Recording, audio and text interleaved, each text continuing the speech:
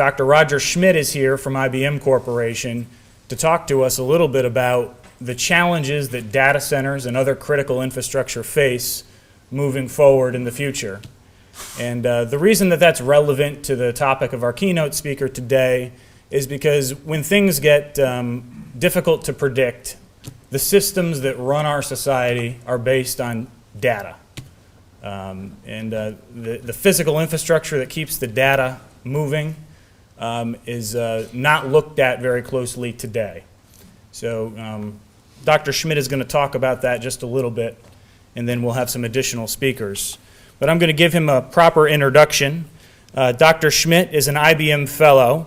He's a member of the National Academy of Engineering. He's an IBM Academy of Technology member and an ASME Fellow. He has 30 years of experience in engineering and engineering management in the thermal design of IBM's large-scale computers. He's IBM's chief engineer on data center energy efficiency. He's led development teams in cooling mainframes, client servers, parallel processors, and test equipment using such cooling mediums as air, water, and refrigerants. And he now leads the lab services team on providing customer support for power and cooling issues in data centers. He's published more than 100 technical papers and has over 100 patents pending in the areas of electronic cooling. He has been an associate editor of the Journal of Electronic Packaging, ASHRAE Research Journal, and ASME Journal of Heat Transfer.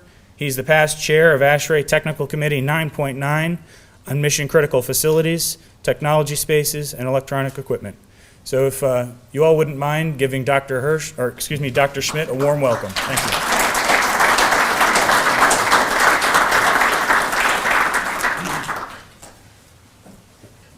Thanks for inviting me for the conference here. This is an exciting, great presentation before me, so I appreciate that. So let me get right into the slides here. So here's some numbers, some things that we are concerned about all the time in the data center and electronics area, IT equipment. Look at the left side, the IT demand, 6x growth in servers. Over the last decade, 69x growth in storage over the last decade. Storage is growing out of sight. Everybody wants data today, and that costs us, of course, a lot of energy. 85% of distributed computing capacity sits idle. That's not good. How do we increase consolidation and virtualization? The middle column, 18% increase in data center energy costs in the next year. This includes data centers increasing, I'll say, in equipment in data centers. 75% of CIOs anticipate strongly centralized infrastructure in 5 years. This was reversed a number of years ago. We were trying to distribute it all out in the world, but now it's more centralized being looked at. The last column, 20x technology density increase in servers this decade. I'll talk more about that, power densities. This is a big one. 71% of the data centers are 7 years or older. This is a big one because the technologies are changing so rapidly, and how do the data center, basically infrastructure, keep up with that? It's a real challenge, especially when I show you some of the numbers that we got on power density. Cloud is a big push right now amongst the industry, and that's a big impact going to be on data centers in the future. So those are some of the metrics we all got to be kind of concerned about and looking at very carefully. Everybody has data centers, right? And it's from the small to the very large, basically in a closet, if you will. Data centers, and going to very megawatt type data centers shown on the right. So all designs are out there, all different designs. There's not one standardized design for data center, which makes it difficult to really implement a lot of the, I'll say, best practices around the world. So how much electricity are we using? Just a real quick quote here. More video was uploaded on YouTube in the past 2 months than ABC, CBS, and NBC has been airing content 365 since 48. So the amount of data, amount of information out there is exponentially increasing, and how do we capture all that, use all that, do a lot of analytics, which people are looking more at in the future. So what are our numbers, I'll say, for I'll say, the industry, the electronic industry. So this report was originally put out by Jonathan Kumi. He's on, I think he's an adjunct professor at Stanford, also worked part-time at Lawrence Berkeley National Lab. Put out a report in about 2006 or 7. It turned into part of the report that went to the EPA in July of 2007. And at that time, we were using about somewhere around 60 plus billion kilowatt hours a year. And at that time, there were projections that we would double our electric use on data centers every 5 years, double. Which that's definitely not sustainable. If you look out 25 years, it was like an incredible amount of electricity that we're going to use in data centers.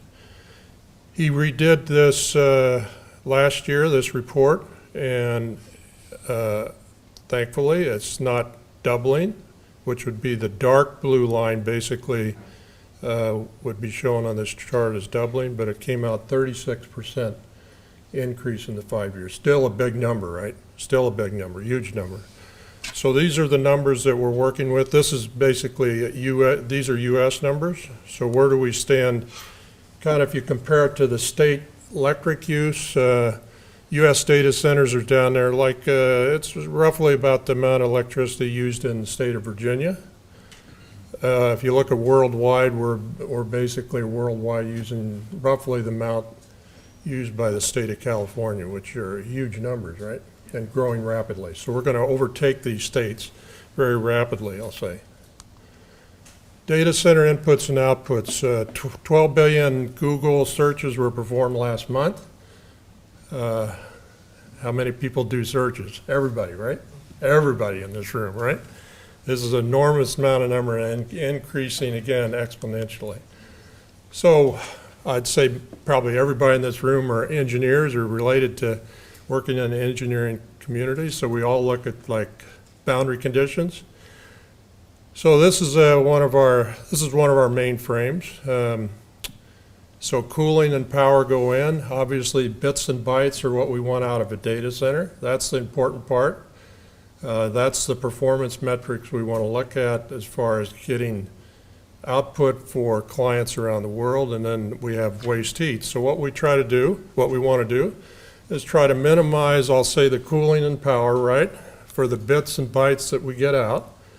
That would be the objective. More performance per watt, if you will, and somehow use this, I'll say, waste heat, if you will.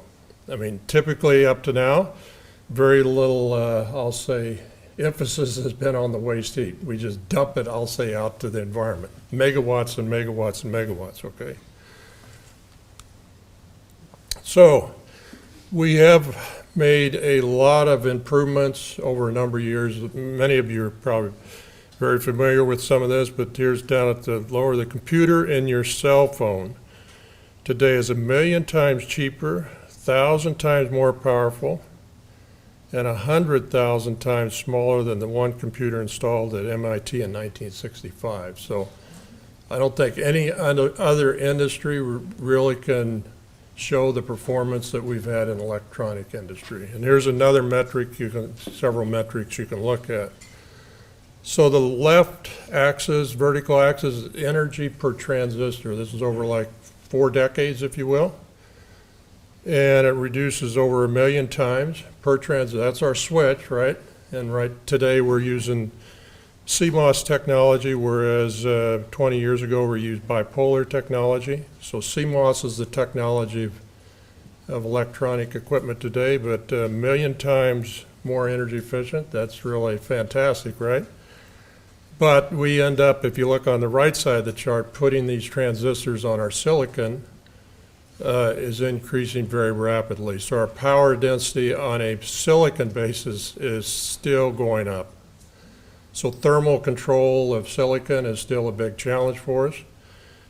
And if you look at how many transistors on a chip or a die, we call it, our mainframe that I just talked about, or our power series or Unix-based boxes, you have about 1.2 or 1.5 billion transistors on about an inch square, about 1 inch square. And this is increasing very rapidly as we go forward. A lot of competition in this area. Okay, how does this translate into box levels? I'll say you have to package the silicon, and I always tell people when you put a rack together of equipment, we call it racks. If you remember that picture I had on the second slide, I guess it was, on showing data centers and the enterprise data centers. A rack may be, this width and maybe twice this depth, and then maybe this tall, and you put a rack full of electronic equipment in there. These are the type of numbers I'm going to talk about here. So in 2004, we had a system called Power 575, 2004. We put this system, this cluster in Lawrence Livermore, and it ran 79 teraflops. Teraflops is, if you don't know, 10 to the 12th. 10 to the 12th operations per second. That's what that means. 10 to the 12th operations per second, 79. 118 racks, like I just mentioned. Took 10,000 square feet, and it took 3.5 megawatts of energy to run that. That was in 2004.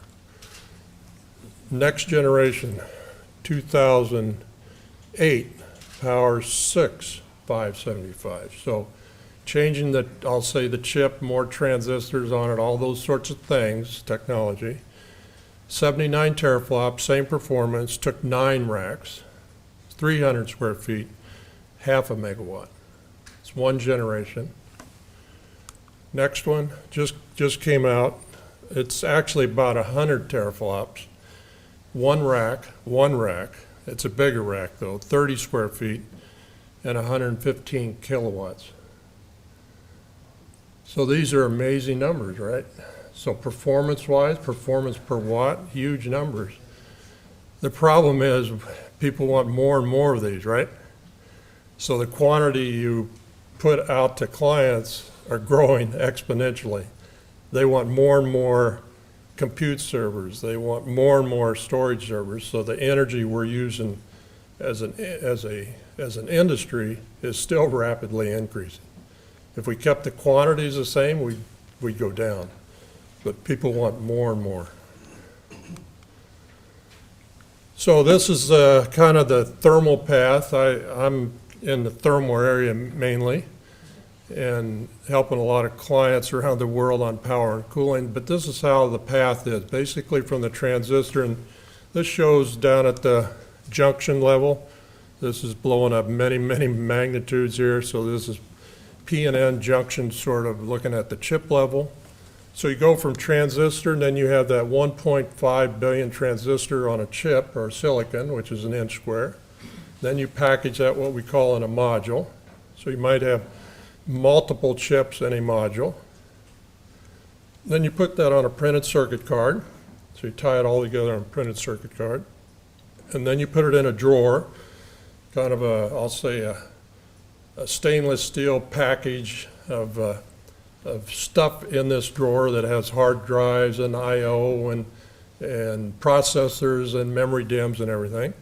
Then you package it in a rack like I talked about. Then you put it in a room like I showed that enterprise room on the second slide. And then we got to get that heat out to the atmosphere. So that's the path. I put on here's the Toledo annual temperature, max and min. So max looks like, I don't know, is that about 90? Something like that. And then min, I guess, is down around 10. Is that right? Am I looking at that right? It's hard to see from here. So the boundary condition is this, right, on one side. The other boundary condition is right here.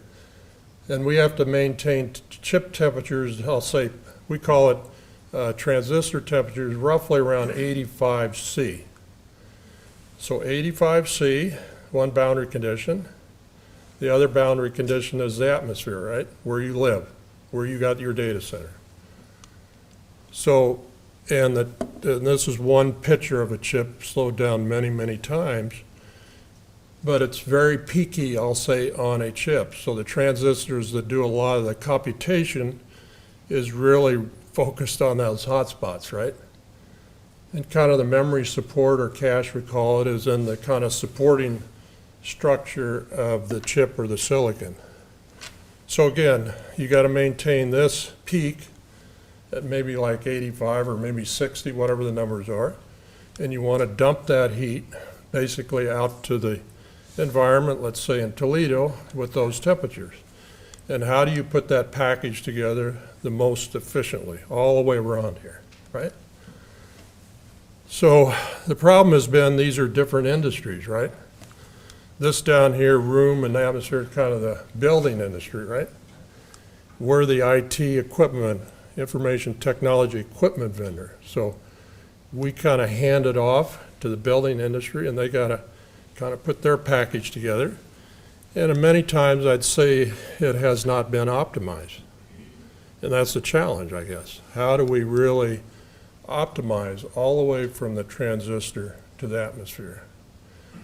Just on chips, on the silicon, when I talk about a rack, you know, again, it's this wide, twice this deep, maybe this tall.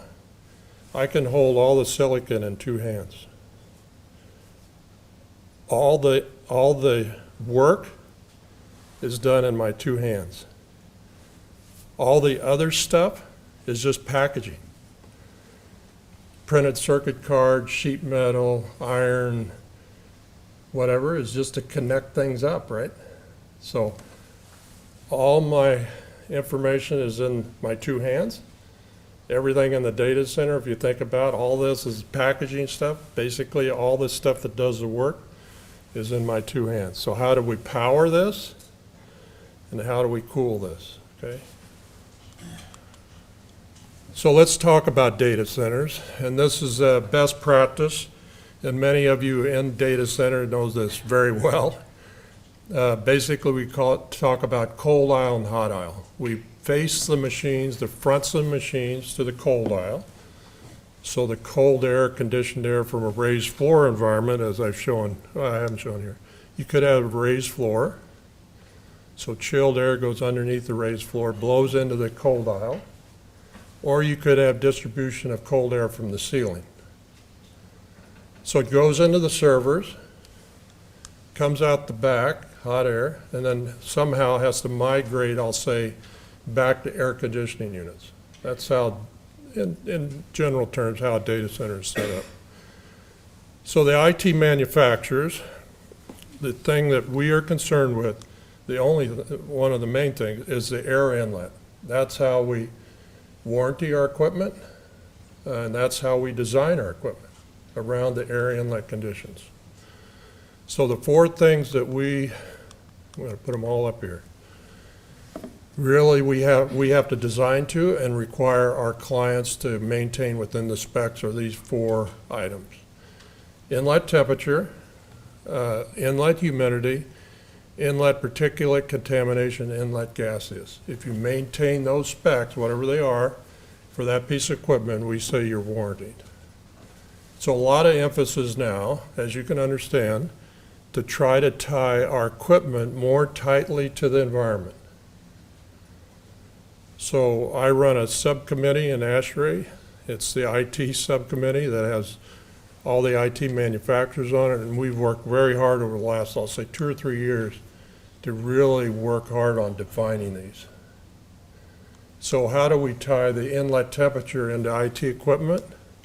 How do we make it, I'll say, more receptive to the higher temperature in the ambient outside?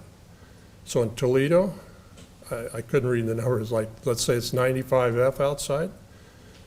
Could I make this a data center? Let's say this is the data center. And could I open up a wall and just let the air come in from outside and cool the servers?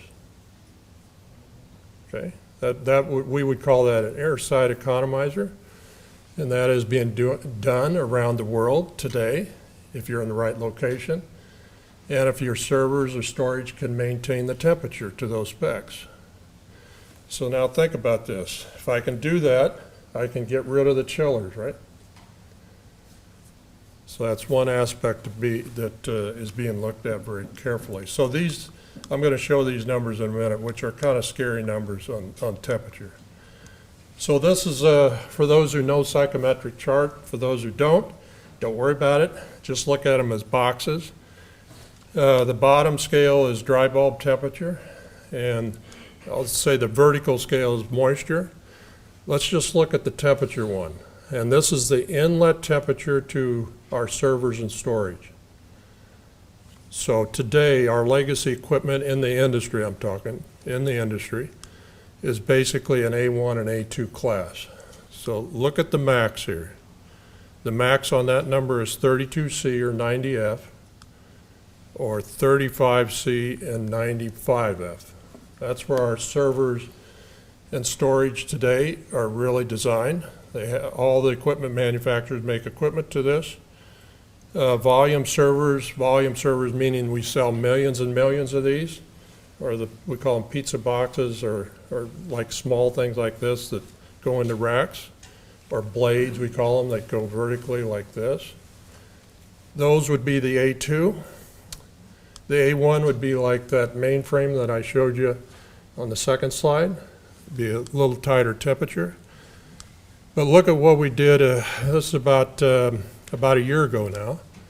We made broader, I'll say, environmental limits. So again, these are all the IT manufacturers got together and put these numbers together. Look at these numbers though. 40C, 104F, 45C, 113F. This is the inlet conditions to our servers, inlet. This is the cold aisle. And the reason we were really, I'll say, kind of pushed, but we knew what was happening out there. The clients really want this worldwide. Europe is really, really pushing on this. They have, of course, the carbon tax, so they want to get rid of basically chillers, bottom line. Get rid of them. So we, as an industry now, will start scrambling to make it. We don't have we do now, but when we put this out a year ago, none of us had equipment in these categories. We knew that. We knew we had to scramble now. So we are scrambling, and there are some equipment starting to come out in both these categories, A3 and A4. So that will start to come into the marketplace very rapidly. So these are big changes, I'll say, to the industry. Okay, overview of kind of what the whole power, I'll say, issue looks like for data centers. So here's a power plant. Let's go all the way back, and I think probably Professor Cleef is going to talk more about this when he gets into the cogen on the next slide. So I'll set the stage here a little bit. So here's a power plant, 100 units of coal or whatever goes into it. Out comes 35 units, so big loss here. 5 units lost in the transmission line, and this goes into the box or the data center. So this powers the data center, and once you get into the data center, it's kind of divided up into 3 major components. One, IT, one, the cooling infrastructure, the air conditioning and cooling towers and all that stuff, and then the power distribution, transformers, UPSs, PDUs, that sort of stuff. So on average, it kind of looks like this around the world, on average. Half of it goes to IT, half of it goes to the infrastructure. 100 units in, now I'm down to 15 units. This is where the work is, right? The IT. Here's another published number. x86 sort of hardware, server hardware, 5 to 12% utilization. Some of you are shaking your head. Yeah, you recognize these numbers, right? 5% would give you 1 unit of work. 1 unit of work. 100 units here, 1 unit. This is not good, right? Not good. Maybe we can help that oil situation if we do a better job here, right? So PUE, many of you know this number, power usage effectiveness. I'll just define it here. It's basically the whole pie divided by the IT part of the pie. It's a good metric for kind of rating your infrastructure. And in this case, it's 2, right? It's the whole pie divided by half the pie, if you will. So a lot of emphasis today, even though this is not a standard, it's kind of a de facto standard of really trying to improve this number and get as low as you can. A lot of push in the industry on this, but not only on the infrastructure part, but a lot of work on getting a utilization rate of servers and storage up to a higher number. Okay, this is a cluster we put in Germany about, we turned it on in June, and it's one of the top 10 supercomputer clusters in the world, 3 petaflops. Now we're going to 10 to the 15th. And it uses warm water. The reason I wanted to show this mainly is warm water. So again, to try to tie more tightly into the environment, if I can use warmer water to cool my silicon, which is the boundary condition I talked about, 85C or whatever, then I can maybe not use chillers, right? Okay, so here's warm water cooling, and we're using, in this case, 45C water. So again, 85C, if I can use warm water 45C, I still got to put the package together to maintain that 85C. But I can use now much warmer water than, I'll say, typically what's used in cooling a building. And you guys will know, a lot of you know this, cooling building, the chill water may be, I'll say maybe 4C or 5C or 6C, right? 45, 48F, right? This is 45C. This is 113F.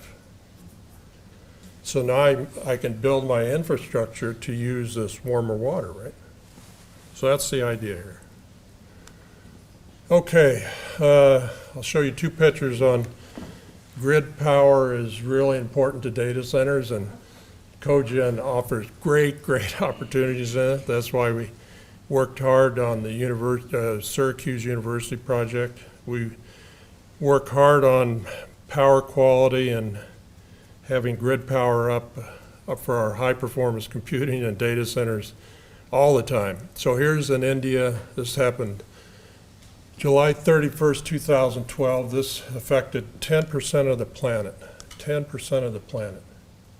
670 million people were affected. This is like, wow, this is incredible, right?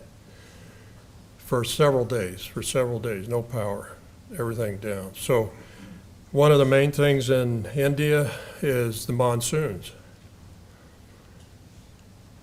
$40 billion a year lost, per year. The government's really wanting really high performance computing to predict that.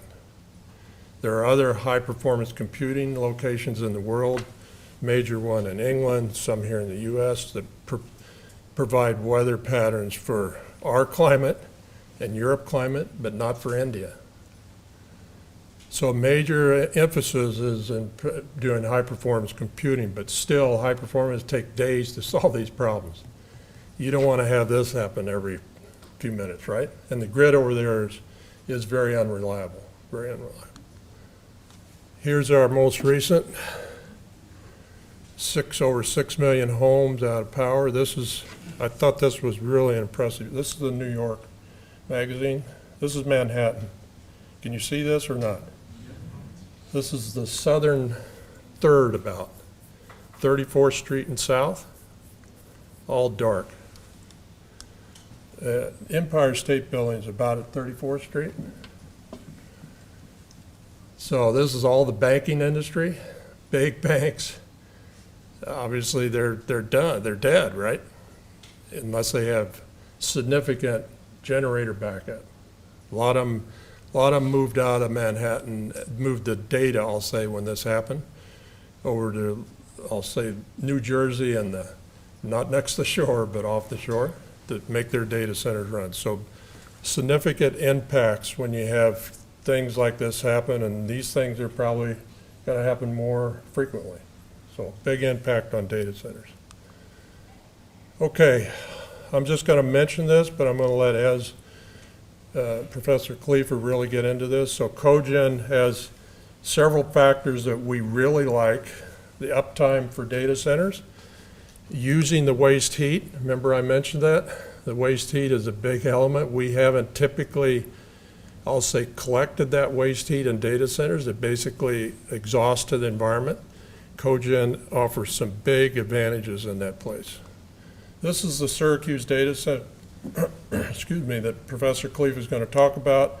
2009, when it was ribbon cutting. Here's the inside of the data center, absorption chillers, capstone turbines that I'm going to leave to him to talk about. Okay, some big items that we see in the data center. So IT demand continues to grow very, very rapidly. And again, even though performance per watt is dropping dramatically, the amount of equipment that people want is exponentially increased. So our energy costs are going to continue to grow. IT energy efficiency continues to dramatically improve, so we're going to drive those, I'll say, transistor energy down, continue that. Low IT equipment and utilization. This is, I'll say, a major work item for the industry. How do we get that utilization rate up? Low infrastructure efficiency improvements remain. There's a lot of stuff out there. I'll say the data center operators are basically a group that are risk averse. They don't like change. So they want to keep it cold, a meat locker type cold. They don't want to make changes in the data center because it could affect their career, right? They don't want fails in a data center. So they're very slow, I'll say, to adapt new technologies. And then finally, energy costs will continue to be the #1 business concern. All the surveys we continue to do with clients, this is almost always at the top of the list now. It wasn't maybe 5, 10 years ago. It absolutely is today. All of them are concerned about that. Because of their overall budget, this becomes a major part of their budget now. And they can't buy more equipment. The budget doesn't allow that. They want to buy equipment, but the energy eats most of the budget. So this is a big item for all the data center operators. Okay, with that, thank you very much.